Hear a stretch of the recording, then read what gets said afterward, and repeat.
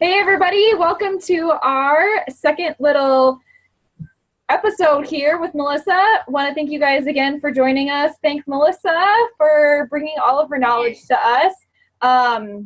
Again, this is Melissa Grandin. She is a nutrition specialist at EP True Chiropractic and my Young Living sponsor. So she is going to be teaching us a little bit about everything that she knows about nutrition and what to watch out for. And this is just a really great place to start if this is something that you're doing for a new, fresh resolution or just want to start with a healthier lifestyle, looking at the things that you're eating and the ingredients. And Melissa's going to give us some little tips to start just some small things that we can do right away and to start learning about better health. So, all right, Mel, I'm going to give it over to you. Okay, sounds good. Thanks, Kelly. Yeah, like Kelly said, we just want to start small steps, just baby, because, let's be real. None of us are ever going to be perfect, and I'm not afraid to say that I'm not perfect either. But there's a lot of things that we can do that are just small steps that we can use to start making a big health impact. And I think most of us have a love-hate relationship when it comes to food. There's so much info out there, and it's hard to know what to do and what to believe. I mean, between the things that we're seeing on Oprah and Dr. Oz, stuff that you're reading in magazines and you're seeing on the news, you really can't escape what people are telling us to eat and what to buy. So we might not be able to, escape what we're hearing, but what we can do is make you all smarter shoppers so that you're out there in the grocery store. Does that sound good? Yeah. All right. Good. So, first thing I want you guys, that I want to talk about today is just knowing what's in our food. And I think it's, pretty common knowledge now that there's some things that get snuck in our food that, just we shouldn't be getting, but it's really hard to know what to watch out for. And it all starts with reading the ingredient label. I think most of us were taught to read the proteins, the carbs, the fats, and all the way down the line there and keep track of those numbers. But I'll tell you what, I feel like I was being controlled by those numbers when I was doing that. And when I finally let those go, man, I tell you, I felt like I was like set free. I wasn't controlled by those numbers anymore. So I started focusing more on what was going into my body and what was in the foods that I was eating, because I knew that God created us pretty amazing. And if I was putting good stuff in, my body was going to know what to do with it.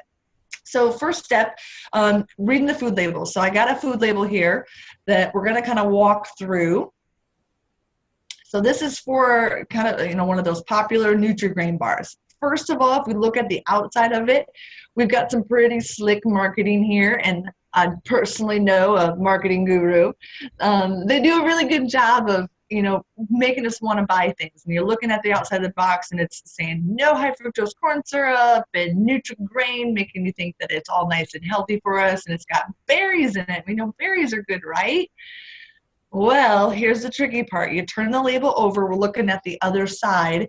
And at the top, like I was talking about before, we have those, the calories and the fats and the cholesterol and the sodium and all those dietary things that they're required to put on the label. And then we get all the way down to the bottom and we see sugars. So typically what I do and what I want you guys to start doing is skip past all that baloney that's at the top there. And the first thing we want to look at is sugar grams. And I'm not going to spend a whole lot of time talking about sugar. We'll do a different episode on that because I could talk a whole hour on just the effects of sugar and what that does inside to our bodies for health. Now, some sugar is good, and we get natural sugars from fruits, but a lot of the processed sugar is something that we need to start staying away from. So first thing to look at is sugars. And, for me, how do I explain this? Looking at the label, I'm going to be able to tell what sources those sugars are coming from.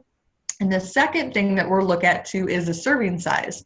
So you may get a drink or a food item that has low sugars. Maybe it's like 6 grams of sugar.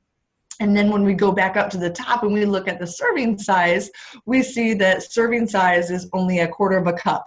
Well, let's take a bowl of cereal, for instance. If you're going to eat a bowl of cereal, most people are not measuring their cereal, and we're probably getting more than 1/4 cup. So that 6 grams of sugar turns into maybe 18 grams of sugar. Yeah, exactly. So those would be the couple things on that side of the ingredient label that I want you to look at. After we look at those and we, figure out that that's maybe okay, we're going to look straight at the ingredients. And here's where knowing our food is super key, because they don't always have to list everything on the ingredient label either. So I'm going to show you a couple things that we need to watch out for. First thing, or first rule of thumb, I usually say is just trying to choose foods with 5 ingredients or less. We know that the less ingredients we have, the more pure the food is, and just being able to read those ingredients. Kelly, I'm sure you've heard before that if your grandparents didn't eat it, and now I think it's safe to say now if your great grandparents didn't eat it, we probably shouldn't be eating it either. Okay, and that's true. They have more additives and more preservatives now than ever before. So reading the ingredient label here, I have another list that Kelly is going to switch to that's going to help us know some specific words to watch for.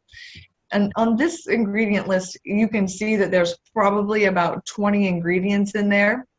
So that definitely falls outside of that 5 ingredients or less. Now, I will say a lot of the Young Living products that you guys are using probably do have more than 5 ingredients, but a lot of those are coming from natural sources, things that you can actually read, like peas and alfalfa and essential oils. So this is going to be a rule of thumb for those things when you're shopping in the grocery store. So Kelly, if we go to that ingredients list and words to watch for, this is a short list of some of the words that I want you to start becoming familiar with. This isn't everything, and they like to change the names of ingredients all the time or change a molecule in it so they can call it something else. The main ones to really focus on, I would say first and foremost, are your fake sugars. Okay, so anything like Splenda. Sucralose, a lot of people don't know, is another word for Splenda, so we want to make sure that we're getting that one out of there. It's a neurotoxin. It actually affects your brain and hangs out in your fat cells for a long period of time, just causing damage inside the body. Aspartame, NutraSweet, saccharin, those are going to be some of the main sugar substitutes. Usually anything in a yellow or blue or pink packet, gotta get out the door right away. But like I said, start familiarizing yourself with a lot of these ingredients here. And I think, Kelly, are we going to try and post a list somewhere for them to print off? Post it on our Facebook group. Absolutely. Okay, perfect. And what I would do is just carry this list around in your purse when you're shopping in the grocery store. Warning though, when you first start looking at ingredients, you're going to find a lot of these ingredients in some of the foods that are in your pantry. And I don't want you to go home and something in the store. I've totally been like, hey, you're not natural. You have Splenda in you. People think you're crazy. But yeah, you lied to me. Yeah, it is frustrating, and you're going to feel like you can't eat anything. But utilize Kelly and I as a good resource. We can probably about 95% of the time tell you a different brand or a different replacement or substitute, to switch to for that food that you love. But yeah, don't go and throw everything out that you have in your pantry right now. That's not realistic for most people. You're just going to get frustrated and mad at yourself, and then just go back to old ways later just because it's easier. This is a little bit harder, but I promise as time goes on, it does get a little bit easier.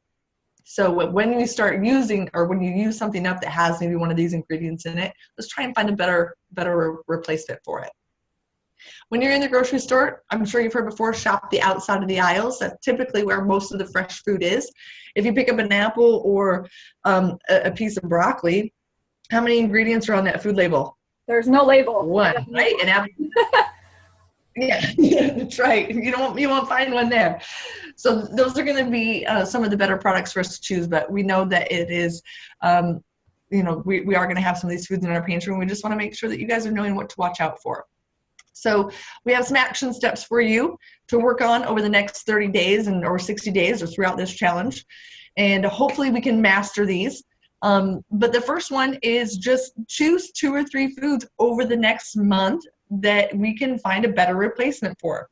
And I usually recommend take a look at those foods that you're eating on a regular basis, and let's check those out first and see if we see any of those unwanted ingredients in there. And if so, okay, let's use it up. And then that will be one of the first replacements that we'll maybe try and find. Number 2 is just be conscious about ingredient labels. I want you to read ingredient labels every single time. Kelly and I have both fallen victim to product that we thought was healthy for us and had good ingredients, only to find out later after we'd purchased it, after a long period of time, that they've changed ingredients too, and they'll do that without warning. So make sure you check them every single time. Be it a food I label did yell at one ninja. of those in the store too. But, yeah. And then the last one, I want you guys to try and keep that rule of 5 principle. Choosing 5 ingredients or less for any prepackaged foods that you're buying.